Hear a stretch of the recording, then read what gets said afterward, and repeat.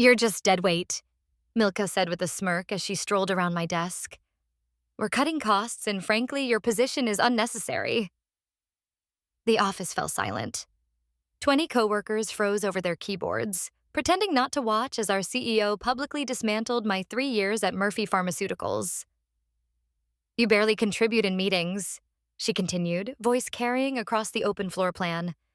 You question processes that have worked for years. Your reports are consistently late. None of that was true. But I maintained my composure, hands folded calmly in my lap.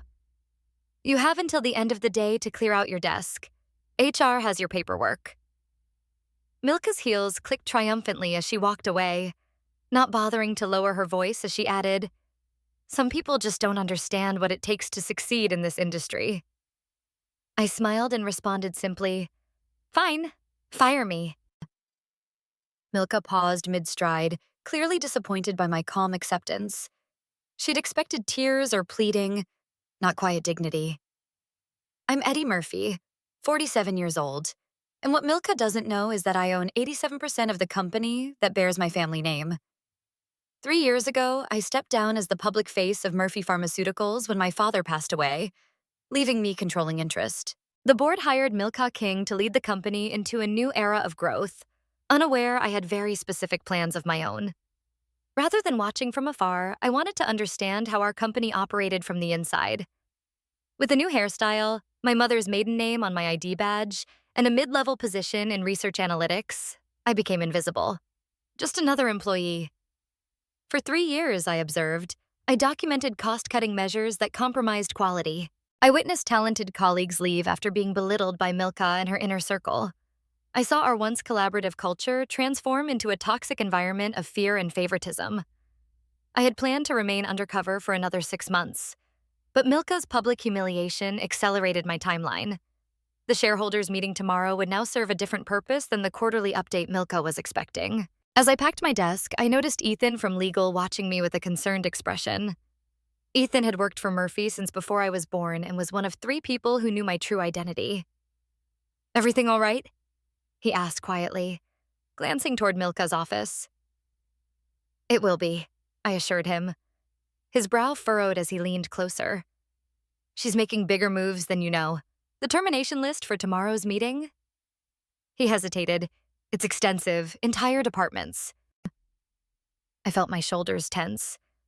This was worse than I had anticipated. Milka wasn't just changing our culture. She was dismantling the company's foundation to boost short-term profits. Thank you, Ethan, I said, meeting his eyes meaningfully. I'll see you tomorrow. Murphy Pharmaceuticals wasn't just a company to me. It was my heritage. My grandfather started in his garage, developing affordable alternatives to expensive medications. My father expanded it into a mid-sized operation respected for both innovation and integrity. We never became pharmaceutical giants like our competitors, but that was intentional. Our mission had always been about balance. Profitable enough to drive research, ethical enough to put patients before profits. When my father died unexpectedly from a heart attack, I was working in our Seattle research division. The board, nervous about maintaining investor confidence, wanted to quickly name a new CEO. Though I had the experience and the controlling interest, I suggested we look externally for someone who could bring fresh energy. Milka King came with impeccable credentials, MBA from Stanford, successful leadership positions at 2 major healthcare companies, and an impressive record of increasing profitability. Her interview was flawless. She spoke eloquently about maintaining our core values while pursuing strategic growth. The board was smitten. I was cautiously optimistic. My decision to work anonymously within the company was unorthodox, but necessary. I needed unfiltered truth, not the polished reports that reached executive levels. I created a new identity as Eddie Bale, leveraging my background in pharmaceutical research to secure a position analyzing efficiency in our development pipeline. The first year under Milka showed promising results. Profits increased by 18%, and we expanded into 2 new therapeutic areas. From my position, however, I noticed concerning trends. Research budgets were quietly being reduced. Longtime employees were being replaced with contractors. Quality control measures were streamlined to the point of risk. In meetings, Milka presented herself as a visionary leader. She had charisma, intelligence, and an uncanny ability to make difficult decisions sound necessary and forward-thinking. She spoke about strategic realignment and operational efficiency while systematically undermining everything that made Murphy special. I tried addressing concerns through proper channels. As Eddie Bale, I submitted reports highlighting potential quality issues. I spoke up in departmental meetings. I proposed alternative approaches that wouldn't compromise our standards. Milka consistently dismissed these efforts, eventually labeling me a negative influence in my performance review. Initially, I respected Milka's ambition and drive, believing she genuinely wanted to make Murphy better, just with a different approach than our families.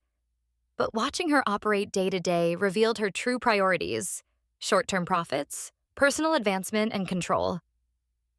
The day before my termination, I overheard Milka speaking to our CFO in the break room. "Once we streamline these departments and move production offshore, you'll be perfectly positioned for the Axiom merger," she said. "My bonus will be astronomical." Merger. This was the first I'd heard of any merger plans. Plans that would require board and shareholder approval. Plans that would require my approval. The morning after my termination, I arrived at my apartment's lobby to find Xenia from Human Resources waiting for me. Her anxious expression suggested this wasn't a friendly visit. "Miss Daniels," she began nervously, "I have your separation agreement." She handed me a thick envelope. "Ms. King asked me to personally ensure you understand the confidentiality clauses." I glanced through the document, noting the extensive non-disparagement sections and the pitiful severance offer, 2 weeks' pay in exchange for signing away my right to discuss anything about Murphy. "There's also this," Xenia added, passing me another form. "It's a notification that your company-subsidized apartment must be vacated within 30 days. I had forgotten that my building was one of Murphy's employee housing investments. Milka was apparently leaving nothing to chance. "Thank you, Xenia," I said, taking both documents. "I'll review these carefully." She shifted uncomfortably. "There's something else you should know. It's not official yet, but—" She lowered her voice. "Milka is planning to outsource the entire research division to India. Over 100 people will lose their jobs after the quarterly meeting." The research division was Murphy's heart-dedicated scientists who had developed life-changing medications. Many had been with us for decades. "Why are you telling me this?" I asked. "Because it's wrong," she answered simply. "Your reports were right about the quality concerns. 2 of our trial medications failed last-stage testing because of the shortcuts she implemented. She buried those results and fired the team leads." This was worse than I had imagined. Milka wasn't just changing company culture. She was jeopardizing patient safety and our scientific integrity. "Thank you for your honesty," I said. "I appreciate the risk you're taking." After Xenia left, I sat in my lobby processing this new information. My experiment in anonymity had shown me exactly what I needed to see. But at what cost? How many careers had been damaged? How many patients put at risk? My phone buzzed with a message from Ethan. Meeting moved up to 10 o'clock a.m. Milka presenting new strategy to board and key shareholders. Merger announcement expected. She had accelerated the timeline, likely hoping to push through her agenda before any opposition could organize. I checked my watch. It was 8:30 a.m. I had 90 minutes to prepare. In my home office, I pulled up the contingency plan I'd been developing over the past year. It detailed a complete restructuring of leadership, reinvestment in our core values, and protection for the employees who made Murphy what it was. I had hoped not to need it, but Milka had forced my hand. As I dressed for the meeting, selecting the tailored suit I hadn't worn in 3 years, I felt a complex mix of emotions. Disappointment that Milka had betrayed the company's trust. Anger at the callous way she treated dedicated employees. Guilt that my experiment had allowed her to cause so much damage. My phone buzzed again. Ethan with an update. Milka's assistant accidentally sent me tomorrow's press release draft. They're announcing the closure of the Seattle facility. 130 jobs eliminated. My grandfather had started in Seattle. My father had expanded the facility, creating hundreds of well-paying jobs in a community that desperately needed them. This wasn't just business anymore. This was personal. Milka hadn't just attacked the company. She had attacked my family's legacy. I tucked my tablet into my briefcase, my resolve hardening. It was time to step out of the shadows. Murphy Pharmaceuticals occupied the top 5 floors of a sleek building in downtown Chicago. I entered through the main lobby, nodding to security guards who didn't recognize me in my executive attire. Instead of taking the general elevator to the analytics department on the 3rd floor, I swiped a keycard I hadn't used in 3 years and entered the executive elevator. The boardroom was on the top floor, a spacious area with floor-to-ceiling windows overlooking Lake Michigan. As I approached, I could hear Milka's confident voice through the partially open door. Unprecedented opportunity for growth. The Axiom merger will position us to compete with industry leaders while providing exceptional shareholder value. I paused, listening. She was already discussing the merger, presenting it as a foregone conclusion. What about the research division? Someone asked Jeremy Renner, our longest-serving board member. Murphy's reputation is built on innovation. Research can be done more cost-effectively elsewhere, Milka replied smoothly. We're trimming unnecessary expenses to maximize our appeal to Axiom. Speaking of which, I've prepared a comprehensive restructuring plan. It was time. I pushed the door open and entered. 14 faces turned toward me, expressions ranging from shock to confusion to, in Christian's case, carefully concealed satisfaction. Milka recovered quickly. I'm sorry, this is a private meeting. Security will escort you out. She reached for the phone, but Jeremy spoke first. Eddie, is that you? Hello, Jeremy, I said calmly, setting my briefcase on the table. It's been a while. Milka's hand froze mid-reach. Eddie? As in Eddie Murphy? I confirmed. Majority shareholder and former CEO. The blood drained from Milka's face. But you're Eddie Bale from Analytics? A necessary measure to understand the company's operations firsthand, I explained, addressing the room rather than just her. And what I've learned has been illuminating. This is highly irregular, Milka stammered, trying to regain control. Ms. Murphy, while we appreciate your interest, this meeting is for current leadership to present our strategic vision. A vision that includes dismantling our Seattle facility, outsourcing research, and merging with Axiom Pharmaceuticals, I interrupted, all without board approval or shareholder vote. The room fell silent. Several board members exchanged concerned glances. These are preliminary discussions, Milka insisted. Nothing has been decided. I withdrew a document from my briefcase. Then why does this press release, scheduled for tomorrow, announce these changes as finalized decisions? I placed copies in front of each board member. Milka's expression hardened as she recognized the document her assistant had accidentally sent it to Ethan. This is a misunderstanding, she said, her voice tight. A draft created to explore potential scenarios. Perhaps we should discuss your termination of Eddie Bale as well, I suggested, and the pattern of removing employees who raise legitimate concerns about quality and safety. Milka's eyes narrowed. You were underperforming. The documentation is clear. How so clear that you felt the need to publicly humiliate me in front of the entire department? To immediately revoke my housing? To offer 2 weeks severance for 3 years of service? The board members were watching this exchange with growing discomfort. Milka sensed her position weakening. I understand you're upset, she said, adopting a conciliatory tone. But these decisions, while difficult, are necessary for Murphy's future. The pharmaceutical landscape is changing, and we must adapt. For a moment, her confident demeanor made me doubt myself. She was masterful presenting harmful cuts as inevitable adaptations. No wonder the board had been persuaded by her vision. You're right about one thing, I conceded. We do need to adapt. Milka smiled, sensing victory. I'm glad you understand. Which is why, I continued, as the majority shareholder of Murphy Pharmaceuticals, I'm calling for an immediate vote of no confidence in your leadership. The smile froze on Milka's face. You can't do that. Actually, Ethan interjected, sliding a document toward her. According to company bylaws, she can. Milka's composure cracked. This is absurd. The board appointed me CEO, only they can remove me. With all due respect, I countered, that's not entirely accurate. I distributed another document to the board members. Article 7, Section 3 of our corporate charter grants the majority shareholder emergency removal powers if the CEO acts contrary to company interests without board approval. The board members began reviewing the document, heads bowed in concentration.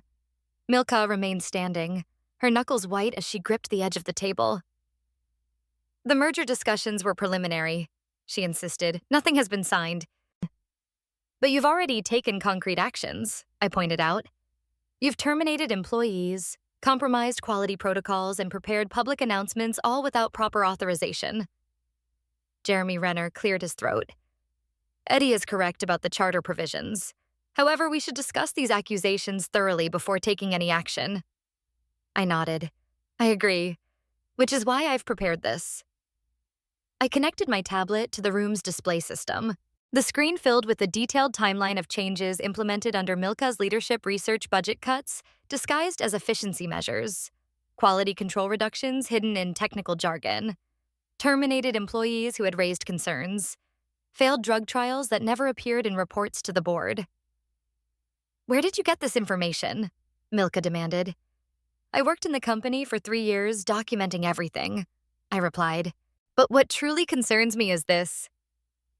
I switched to the next screen, a financial analysis showing how these changes, while boosting short-term profits, had created substantial long-term risks, pending lawsuits from patients experiencing side effects from hastily developed drugs, potential FDA violations that could result in massive fines, and the imminent loss of our most experienced researchers.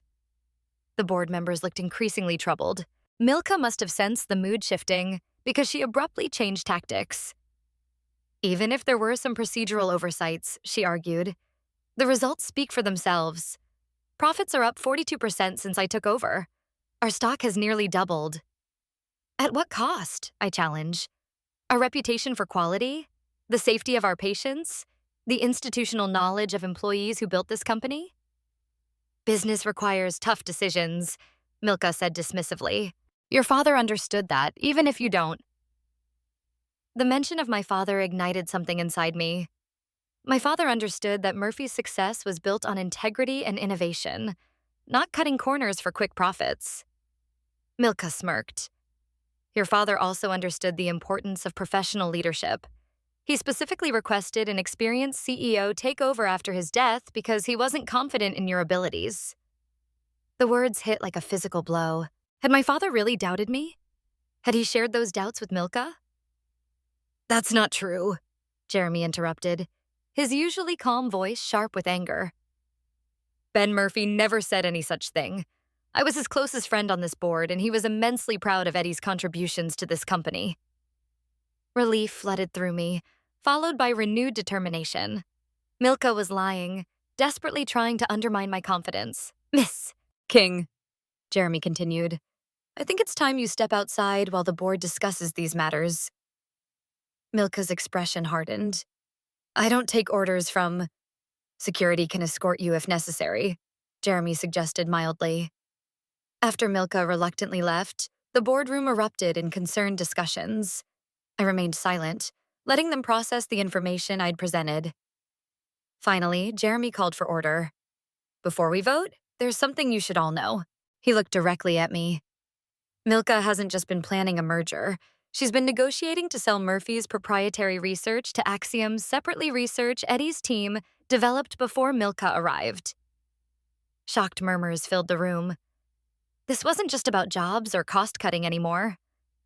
Milka had been planning to sell the company's most valuable assets innovations that could help millions of patients for her personal gain.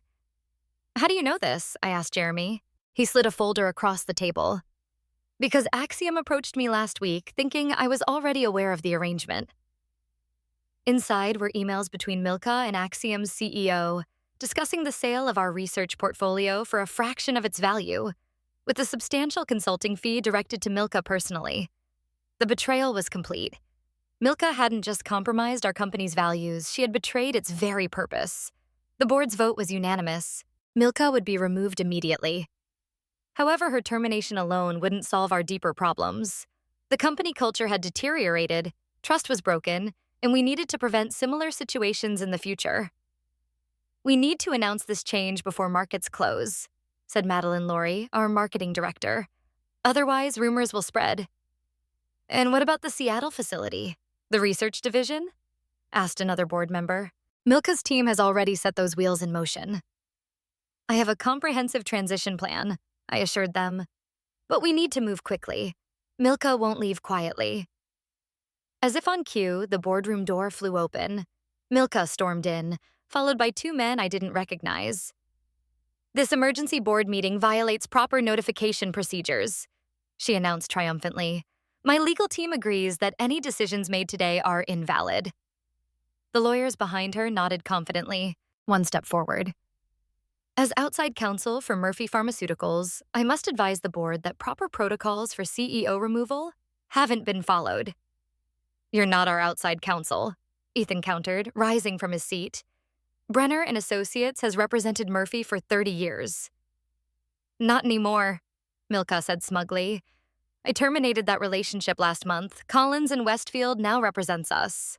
This was a complication I hadn't anticipated. If Milka had changed our legal representation without board approval, it could create enough confusion to delay her removal.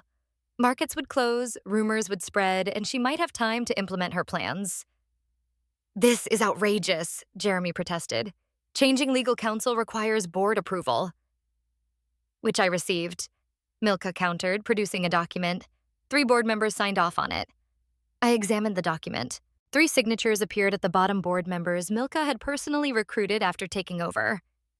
We need to adjourn and sort this out properly, one of Milka's supporters suggested. These hasty decisions could expose us to liability. Doubt crept into the room. Board members exchanged uncertain glances. I needed to act decisively.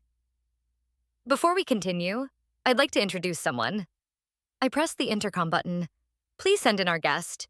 The door opened again, and an older gentleman in an impeccable suit entered. Hello, everyone. I apologize for the interruption. Milka's face drained of color. Jerome Collins, what are you doing here? Collins, the founding partner of her supposedly new law firm, nodded politely toward Milka before addressing the board. I'm here at Miss Murphy's request to clarify a situation.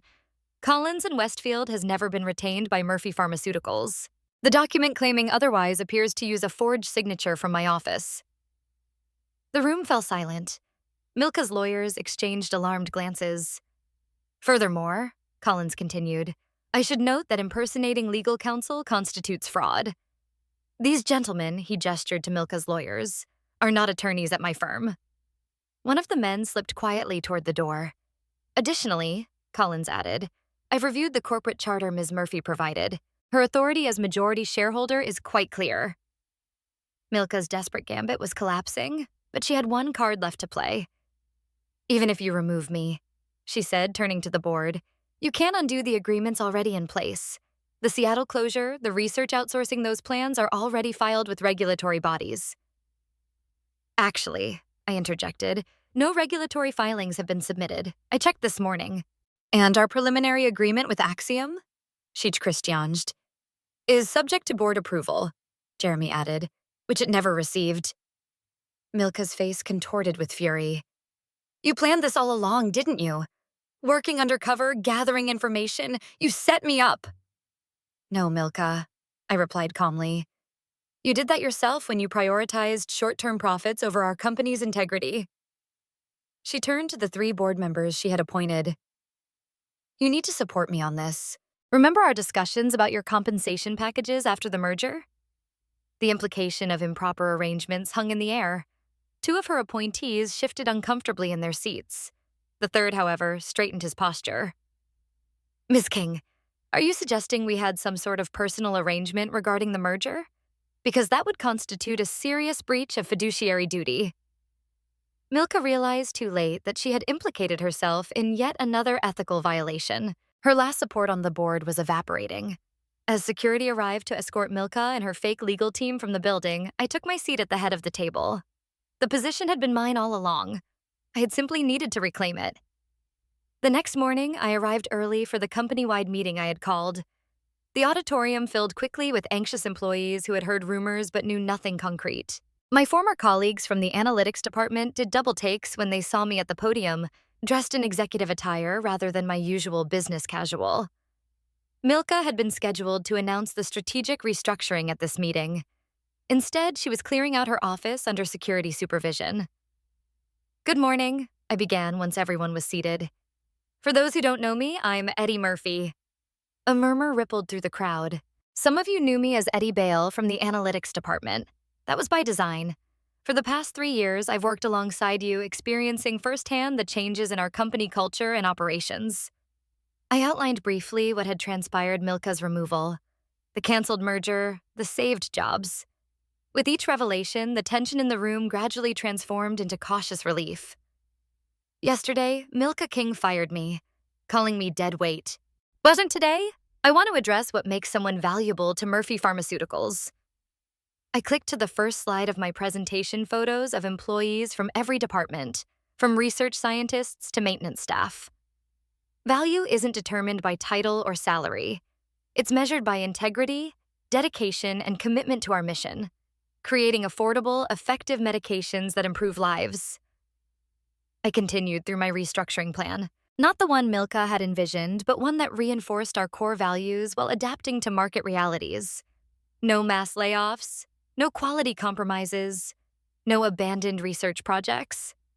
Additionally, we're implementing a new board position specifically representing employee interests, ensuring your voices are heard at the highest level. As I spoke, I noticed my former supervisor from analytics wiping away tears. Nearby, researchers who had feared for their jobs were smiling with renewed hope. Finally, I concluded, "I want to acknowledge the toxic leadership environment many of you have endured. That ends today." The auditorium erupted in applause, hesitant at first, then building to a thunderous affirmation. After the meeting, Milka stood in the lobby, security guards flanking her as she waited for her car. She'd been permitted to collect personal belongings, but nothing else. No files, no company data, no proprietary information. I approached her, maintaining a professional distance. "You won't succeed," she said, bitterness evident in her voice. "The market is changing. Your father's approach is outdated. Murphy will be obsolete within 5 years." "Perhaps," I acknowledged, "but we'll be obsolete with our integrity intact." Milka laughed coldly. "Integrity doesn't pay shareholders." "Actually," I countered, "sustainable growth based on quality products and ethical practices pays shareholders quite well. It just requires patience and vision beyond quarterly reports." Her car arrived, but before leaving, she turned back. "You know, I almost feel sorry for you. You could have learned something from me." "I did learn from you, Milka," I replied. "I learned exactly how I don't want to lead." She departed without another word. Her defeat was complete. The company she had tried to dismantle would now thrive without her, strengthened by the very values she had tried to eliminate. Back in my office, my father's old office, which Milka had redecorated in cold, modern minimalism, I found Ethan waiting with a bottle of champagne. "Congratulations," he said, pouring 2 glasses. "Your father would be proud." "I hope so," I replied, accepting the glass. "There's still so much to fix." Ethan smiled. "But now you have an entire company eager to help you do it." He was right. The real work was just beginning. But for the first time in years, Murphy Pharmaceuticals was united by a common purpose again. On my desk sat a framed photo of my father, one that Milka had removed. Next to it, I placed a new one, a candid shot from the company picnic last summer, showing me with my analytics team laughing and unaware of the camera. Both images represented parts of my identity: Murphy, the legacy, and Eddie, the colleague. Together, they would guide the company forward. "To new beginnings," I toasted. "And to the best kind of revenge," Ethan added. "Success on your own terms."